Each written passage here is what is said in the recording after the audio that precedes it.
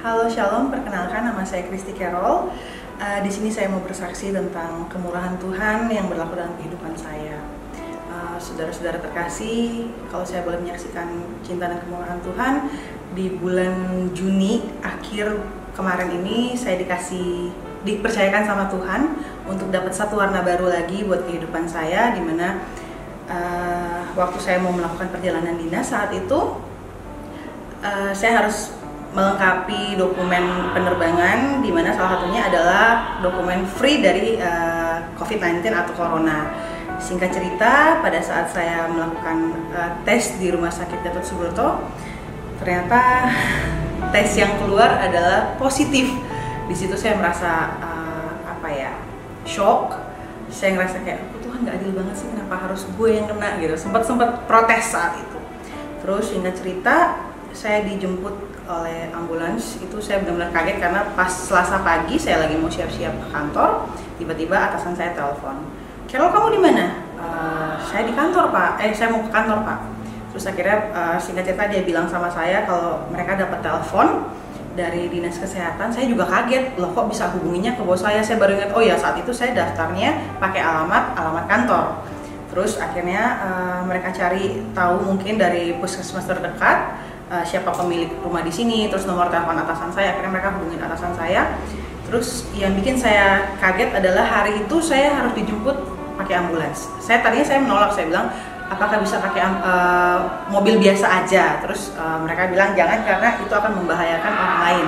Akhirnya mau nggak mau saya setuju untuk dijemput dengan ambulans. Saudara, kalau boleh diceritakan perasaan saya saat itu bener-bener yang kayak aduh, semua tuh kayak berkecamuk gitu loh, semua tuh campur aduk jadi satu antara takut, gugup, dan yang ada di pikiran saya pertama kali adalah gila nih kalau dijemput di sini itu saya udah kebayang dengan kayak berita-berita selama ini kan, pakai ambulans protokoler yang harus dinyalain sirine, yang semua tetangga pasti akan ngumpul. Duh, saya langsung Tuhan, nanti sanksi yang berat di saya adalah sanksi sosialnya setelah saya keluar nanti seperti apa gitu. Itu benar-benar yang bikin saya down banget, drop banget.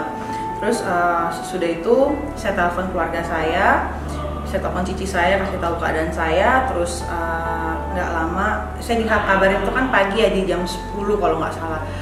Saya baru dijemput itu sekitar jam 7 atau setengah 8 malam, dan puji Tuhannya waktu saya telepon sama driver ambulans saya bilang, "Pak, saya minta tolong sirenenya jangan dipasang ya, karena malu kan ya saudara-saudara." Terus begitu pas nyampe, jadi begitu pas ambulansnya masuk ke gang saya, memang itu nggak ada nyala sama sekali. Saya telepon-teleponan sama drivernya terus-terusan kan. Begitu dijemput, saya langsung naik buru-buru, dan puji Tuhannya nggak ada satu warga pun saat itu. Yang biasanya rame di jalanan saya, itu tiba-tiba benar-benar lagi hening banget, nggak ada orang sama sekali.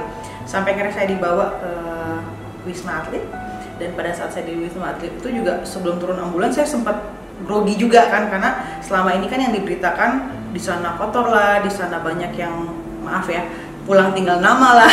Jadi di situ saya benar-benar kayak udah shock jantung duluan gitu, skor jantung duluan. Tapi sebelum turun saya inget banget begitu pas drivernya buka pintu di depan, itu kan soalnya ambulansnya benar-benar antara pengemudi dan penumpang itu nggak seperti ambulans yang biasanya masih ada celah untuk bisa berkomunikasi. Ini benar-benar ditutup kayak di dalam satu kontainer sendiri gitu kan.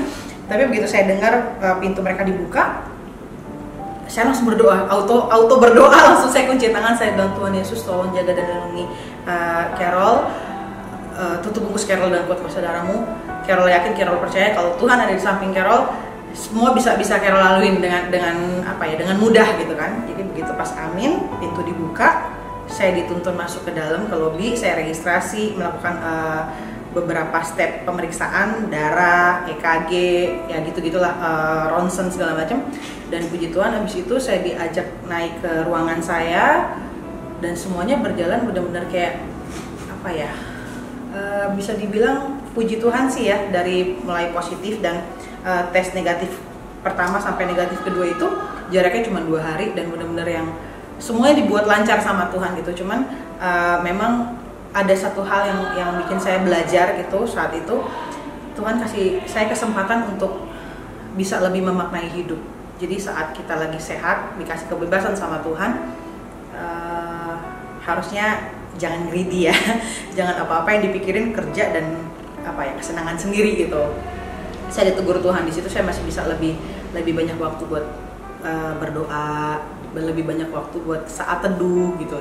Jadi di situ saya bisa lebih banyak juga belajar untuk menghargai sesama, karena di situ saya melihat dari nurse-nya, cara mereka merawat kami para pasien-pasiennya gitu kan. Terus begitu saya lihat juga teman-teman pasien yang begitu banyak warna kehidupan mereka yang mereka share ke saya, yang bikin saya berasa ternyata hidup tuh banyak yang harus saya syukurin gitu loh, dari apa yang sudah Tuhan kasih selama ini gitu.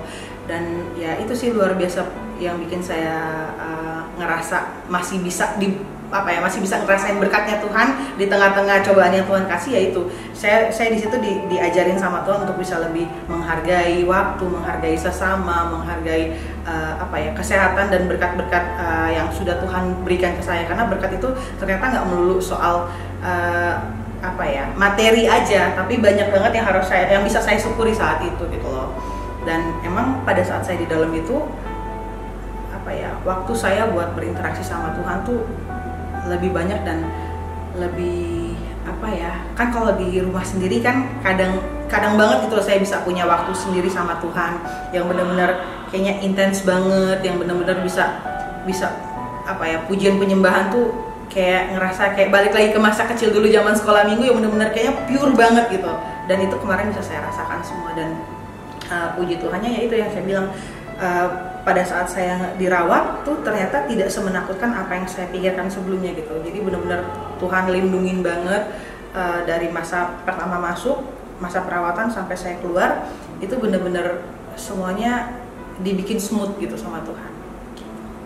Jadi saya mau bilang sama saudara-saudara di luar sana, apapun keadaan yang sedang Tuhan percayakan, apapun warna kehidupan yang sedang Tuhan percayakan di saudara-saudara sekalian, coba untuk berdamai dengan diri sendiri, coba untuk berdamai dengan Tuhan, karena pasti ada maksud Tuhan di balik semua itu. Jadi jangan nyerah, jangan malah balik menyalahkan Tuhan, karena apapun itu Tuhan pasti punya maksud yang terbaik buat kehidupan kita masing-masing. Tetap semangat, Tuhan memberkati.